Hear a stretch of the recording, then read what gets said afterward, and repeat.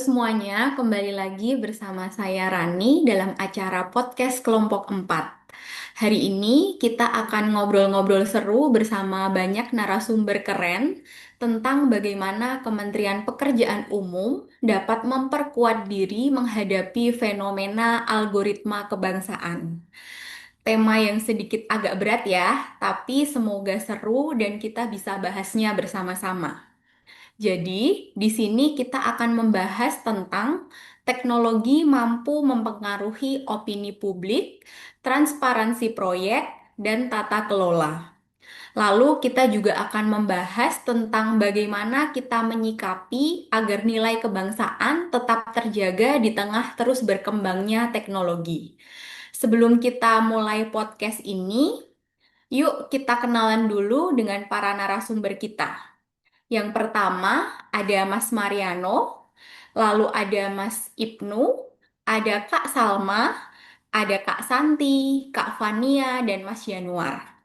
Untuk mengawali podcast ini, saya punya satu pertanyaan untuk Mas Mariano dan Mas Ibnu. Menurut Mas Mariano dan Mas Ibnu, apa yang dimaksud dengan algoritma kebangsaan dan apa yang bisa kita lakukan untuk membuat PU lebih baik dan lebih kuat? Atau what we can do to make PU better and stronger? Untuk pertama, boleh pendapatnya dari Mas Mariano, silahkan. Oke, eh, em, di era digital seperti sekarang, menurut saya algoritma kebangsaan itu ibarat peta nilai yang membimbing kita supaya tetap kokoh sebagai bangsa. Jadi nilai-nilai Pancasila, mulai dari ketuhanan, kemanusiaan, persatuan, musyawarah, sampai keadilan sosial, itu harus jadi landasan kuat dalam menghadapi tantangan zaman yang serba cepat dan penuh informasi. Sementara itu, kalau kita lihat dalam konteks Kementerian Pekerjaan Umum, menurut saya, penerapan algoritma kebangsaan berarti bekerja dengan prinsip keterbukaan, kejujuran, dan keadilan. Karena digitalisasi itu bukan hanya soal teknologi, tapi bagaimana teknologi bisa membantu kita memberi pelayanan yang lebih cepat, transparan, dan tepat sasaran, agar pembangunan infrastruktur bisa dinikmati semua lapisan masyarakat secara adil. Jadi, tugas kita tuh bukan hanya membangun jalan atau gedung, tapi juga membangun kepercayaan dan menjaga persatuan bangsa lewat setiap karya yang kita lakukan, yang tentunya akan membuat Kementerian PU tetap kuat di era transformasi digital. Sekian, Kak. Oke, keren sekali dari Mas Mariano. Selanjutnya, saya mau tahu dong pendapatnya Mas Ibnu terkait apa itu algoritma kebangsaan. Silahkan, Mas Ibnu. Ya, baik Kak Rani.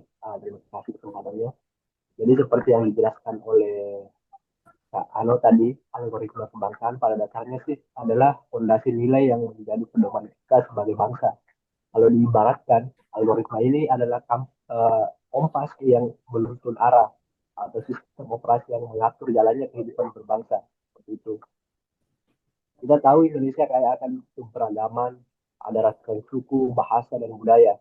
Justru keberagaman itu yang membuat kita kuat asal ada algoritma yang menyatukan agar semua perbedaan berjalan pada logika yang sama, menjaga persatuan di atas segala perbedaan. Di era derasnya arus informasi dan budaya luar, algoritma kebangsaan menjadi filter yang melindungi kita dari pengaruh negatif yang bisa mengikis semangat persatuan. Selama kompas ini dipegang teguh, jati diri bangsa akan tetap utuh. Nah, pertanyaannya bagaimana hubungannya dengan peran Kementerian PU? Nah, pembangunan tidak cukup hanya dengan pembangunan gedung, jalan, dan jembatan seperti yang dijelaskan oleh Kak Ano tadi.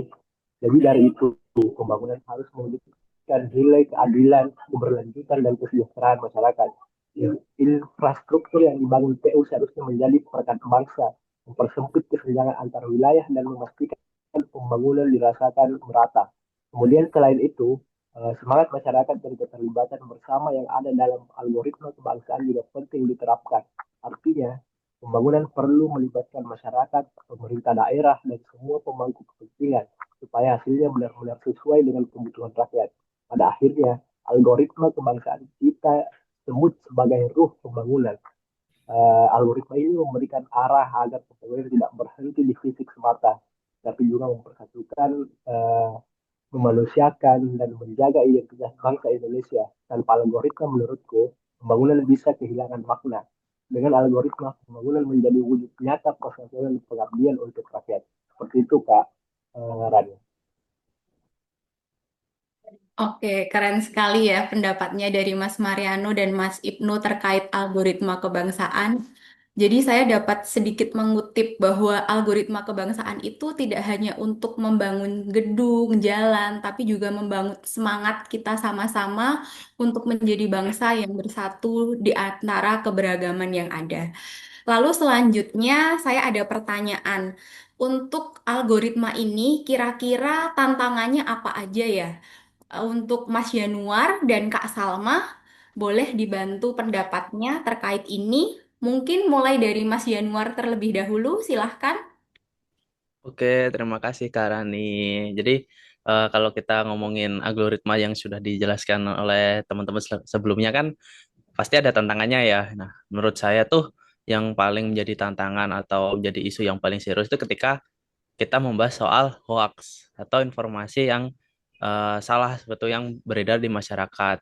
Jadi bisa dibayangin deh kalau kita lagi buka-buka nih scroll TikTok, Instagram, terus tiba-tiba ada video yang biasanya headline-nya tuh heboh banget gitu. Misal kalau kita ambil dari bidang PU, misal jalan tol yang baru dibangun rawan ambruk gitu, atau bendungan yang gampang jebol gitu. Nah, konten-konten semacam ini sering banget lewat kan di timeline kita di TikTok maupun Instagram. Nah, kita harus sadar nih pertanyaan ini, pernyataan ini tuh benar atau enggak sih, atau cuma hoax doang.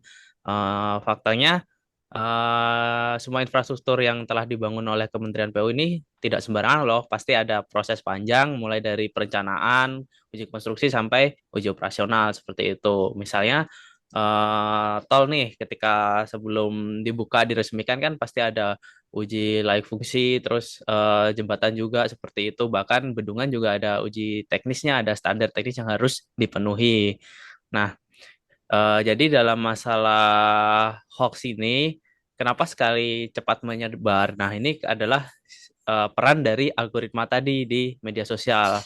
Algoritma ini dirancang untuk menampilkan konten yang menarik perhatian, yang biasanya bersifat provokatif, heboh, bikin panik, dan dapat memicu emosi gitu. Jadi lebih cepatlah viralnya daripada berita-berita yang resmi yang ada penjelasan panjangnya seperti itu. Itu sih Kak. Oke, oke, oke. Bagus pendapatnya dari Mas Januar ya. Nah, selanjutnya kalau dari Kak Salma, kira-kira apa tuh Kak tantangannya terkait algoritma dan teknologi ini Kak? Oke, tantangannya itu mungkin kita flashback ke diri kita masing-masing ya. Pernah nggak sih kita tuh lagi main HP, nonton YouTube, scroll TikTok, terus nonton Netflix, tapi tiba-tiba internetnya tuh lemot banget. Nanti sebel kan ya, apalagi kalau lagi penting nih, lagi Zoom meeting, lagi ngerjain tugas online, lagi video call atau voice call sama rekan kerja. Nah, bayangin kalau lemotnya itu cuma sebentar, tapi tiap hari. Bahkan ada tuh di daerah di Indonesia yang buat ngirim teks WhatsApp itu pun susah banget. Sementara di kota-kota besar seperti di kita nih udah bisa video call lancar, belanja online tinggal klik, belajar bisa di mana aja lewat Zoom. Nah, inilah yang disebut ketimpangan akses informasi digital.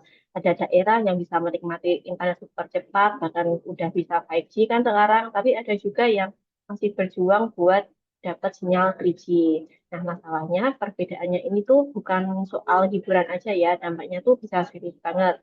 Coba bayangin ada dua desa. Yang desa pertama itu punya internet bagus, anak-anak sekolah bisa belajar lewat daring dengan akses materi dari digital, dari internet, terus petani bisa jual hasil panennya lewat marketplace online, mungkin dipasarkan langsung lewat via WA atau Shopee atau TikTok sama perantara. Lalu yang warga-warga produktif itu bisa akses web buat cari lowongan pekerjaan. Nah, lalu yang desa kedua itu sinyalnya tuh lemah banget. Anak-anak tuh harus ibaratnya naik bukit dulu lah buat bisa cari sinyal. Lalu biar bisa ikut kelas online, terus petani masih jualnya dari tengkulak yang harganya tuh kadang naik, kadang turun. Apalagi layanan publiknya pasti terbatas banget karena informasinya tuh nggak cepat masuk. Nah, warga produktif juga aksesnya terbatas kan buat tahu ada lowongan kerja yang diposting tuh sekarang di internet. Nah, akhirnya desa yang nggak punya akses internet ini em, makin tertinggal kan, sedangkan desa yang punya akses internet itu berkembangnya lebih cepat. Inilah yang bikin kesenjangan pembangunan antar daerah makin besar. Lalu pertanyaannya, apa sih yang bisa kita lakukan? Nah, sebenarnya peran terbesar itu ada di pemerintah ya. Jadi pemerintah itu membangun infrastruktur, dimulai dari bikin jalan yang layak untuk akses ke desa-desa atau daerah-daerah tertentu, bisa bikin jalan penghubung atau jembatan. Nah, saat infrastruktur daerahnya itu udah mulai maju, mulai terkoneksi dengan kota-kota yang lebih maju, maka layanan lain tuh bisa masuk ke desa itu atau ke daerah itu, termasuk jaringan internet.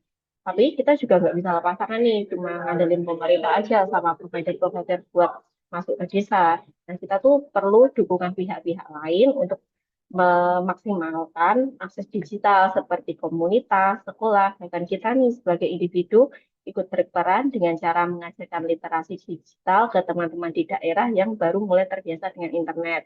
Karena punya akses internet itu baru langkah awal. Kalau kita nggak tahu cara menggunakannya dengan bijak, kita bisa tersesat di lautan informasi, terjebak hoax, jadi korban penipuan online, atau cuma buang waktu buat scroll tanpa tujuan. Gitu. Oke, terima kasih penjelasannya Kak Salma. Jadi kita dapat sedikit menyimpulkan ya bahwa dalam setiap algoritma kebangsaan itu akan selalu ada tantangannya dan kita harus punya cara untuk mengatasi tantangannya itu supaya ya Indonesia ini bisa menjadi negara yang lebih maju lagi. Selanjutnya saya ada pertanyaan untuk Kak Santi dan Kak Fania. Kalau dari sisi internal sebagai insan PU, apa yang bisa kita lakukan Kak untuk memperkuat itu? Silahkan Oke, yang pertama Kak Santi dulu. ya, terima kasih Mbak Rani untuk pertanyaannya. Menurut saya, untuk memperkuat PU menghadapi tantangan pembangunan infrastruktur yang semakin kompleks, saat ini kita perlu untuk memperkuat dari sisi internalnya dahulu atau dari sisi sumber daya manusianya dengan cara menguatkan literasi digitalnya. Jadi literasi digital itu bukan cuma kemampuan untuk menggunakan teknologi, tapi juga mencakup keterampilan berpikir kritis, keamanan data, kolaborasi digital. Jadi dari era digital saat ini, kemampuan mengakses dan mengolah informasi melalui perangkat digital itu harus kita barengi dengan algoritma kebangsaan atau 4 prinsip dasar kebangsaan yang bersumber dari Pancasila, UUD 45, NKRI, dan juga Bhinneka Tunggal Ika, serta juga dengan kesadaran untuk menjaga integritas, persatuan, dan kepentingan nasional dari setiap tindakan kita, baik di dunia nyata maupun dunia digital. Sebagai ASN, literasi digital berbasis algoritma kebangsaan itu seperti fondasi untuk kita. Saat bekerja itu kan tantangannya tidak hanya kita menggunakan aplikasi saja, tapi bagaimana kita bekerja, tapi juga menggunakan teknologinya itu dengan nilai prinsip dasar 4 algoritma kebangsaan tadi. Misalnya nih, saya sebagai CPNS dengan Japung pengelola sumber daya air ahli pertama, saat saya melakukan pengujian data di lab, saya menerapkan sila pertama dan kedua, ketuhanan yang Maha Esa dan kemanusiaan yang adil dan beradab. Jadi saat saya memasukkan data dan mengelola data, itu data yang saya masukkan adalah data yang sebenar-benarnya terjadi di lapangan, yang faktual sesuai kondisinya. Saya tidak terpengaruh oleh pihak lain atau dengan tujuan tertentu, sehingga data yang saya masukkan ini adalah data yang benar-benar nyata apa adanya. Selain itu, menurut saya, literasi digital ini tanpa dengan adanya algoritma kebangsaan akan berisiko menjerumuskan kita pada penyalahgunaan teknologi seperti yang tadi sudah disinggung oleh Mas Yanwar dan juga Mbak Salma. Contohnya menyebarkan hoaks, ujaran kebencian, pelanggaran etika birokrasi, sehingga sikap intoleran yang bisa merusak citra institusi dan memperlemah fondasi negara kita. Jadi bisa diibaratkan nih, literasi digital itu sebuah kendaraan, sedangkan algoritma kebangsaan itu jadi kayak penunjuk arahnya. Jadi ketika keduanya bersatu dalam diri ASN akan terwujud pribadi yang visioner, cerdas digital, sehingga siap mendorong Indonesia ke arah kemajuan. Di situ adalah jadi letak kekuatannya, di mana internal kita semakin kuat karena manusianya tidak hanya pintar, tapi juga adaptif terhadap perkembangan zaman, tapi juga berkarakter Pancasila. Begitu saja pendapat saya, Mbak Fani. Oke, terima kasih Mbak Santi untuk paparannya. Selanjutnya, Mbak Fania boleh dibantu untuk apa tantangan sisi internal yang bisa memperkuat PU ini, Mbak? Silahkan Mbak Fania. Oke. Kalau ngomongin gimana caranya kita bisa memperkuat Kementerian PU dari sisi internalnya, itu kalau dari saya itu ada 3 hal penting ya. Yang pertama itu ada kompetensi, yang kedua integritas, sama adaptasi teknologi. Nah, sebagai ini ya CPNS yang mungkin nantinya kita juga bakal jadi ASN di Kementerian PU ini, saya rasa ini ya, peran kita tuh bukan cuma sekedar pelaksana teknis saja ya, tapi juga jadi penjaga kepercayaan publik terhadap apa yang kita kerjain. Nah, seperti yang sebelumnya udah disebut tadi, itu sekarang ada yang namanya fenomena algoritma kebangsaan ini. Maksudnya kayak teknologi, terutama media sosial, itu sama algoritmanya itu udah ngaruh banget ke cara masyarakat bikin opini, ya termasuk soal proyek-proyek infrastruktur. Orang bisa aja percaya atau nggak percaya kalau suatu proyek transparan, tepat sasaran, dikelola dengan baik, itu sekarang kan banyak dipengaruhi sama arus informasi di dunia digital ya. Nah, maka dari situ, di sisi internal ini, menurut saya PU perlu banget memperkuat literasi digital dan tata kelola berbasis data. Jadi bukan cuma proyeknya dijalankan dengan prinsip good governance, tapi juga didokumentasi secara terbuka sehingga publik bisa lihat sendiri nih gimana eh, kayak apa ya prosesnya gitu. Terus transparansi ini juga penting karena ya masyarakat kan sekarang lebih kritis, lebih terbuka lah, lebih melek gitu dan gampang apa ya, informasinya tuh gampang nyebar banget gitu. Terus ya, perlu juga kolaborasi internal yang harus diperkuat nih. Kita sebagai ASN muda itu punya peran buat bawa budaya kerja yang lebih adaptif, lebih cair, dan bisa diimbangi dengan perkembangan teknologi. Jadi jangan cuma mikir soal bangun infrastruktur fisik aja, tapi juga harus bangun yang namanya infrastruktur kepercayaan. Nah, yang dimana akhirnya itu bisa memperkuat PU. Sama aja kalau misalnya kita memperkuat PU itu, kita bisa memperkuat fondasi negara. Kalau tata kelola transparan, adaptif sama teknologi, itu selalu fokus sama pelayanan publik, itu juga bisa memperkuat internal kan. Terus di situ bisa membangun integritasnya ada, kompetensinya ada, jalan gitu. Transparansinya juga bisa terjaga. Maka ya apapun yang keluar ke publik lewat algoritma kebangsaan ini tuh akan mencerminkan kinerja yang sebenarnya bersih, profesional, dan untuk rakyat. Gitu sih Kak Rani kalau dari saya. Oke, berarti dari paparan Mbak Fania dan Kak Santi, tadi saya dapat menyimpulkan bahwa untuk memperkuat sisi internal PU itu kita harus punya sisi literasi dan tata kelola teknologi yang baik ya. Lalu selanjutnya pertanyaan terakhir untuk Mas Mariano dan Mas Ibnu. Bagaimana cara PU menjaga citra dan komunikasi di publik ini, Kak? Boleh dibantu dari Kak Mariano dulu, silahkan.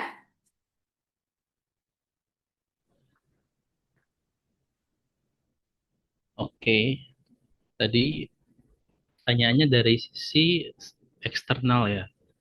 Itu udah sedikit disinggung sih dari pendapatnya Kak Fania mengenai transparansi. Emang di dunia digitalisasi sekarang ini kita perlu terutamanya Kementerian PU perlu mengutamakan transparansi dan keterbukaan informasi, terutama melalui media sosial dan platform digital yang merupakan sumber utama masyarakat mencari kabar nih di era sekarang. Contohnya, Kementerian PU bisa rutin membagikan update yang jelas dan menarik tentang progres pembangunan infrastruktur, lengkap dengan data dan visual yang mudah dipahami. Selain itu, bisa juga membuka ruang dialog bagi masyarakat untuk bertanya atau memberikan masukan. Itu juga sangat penting.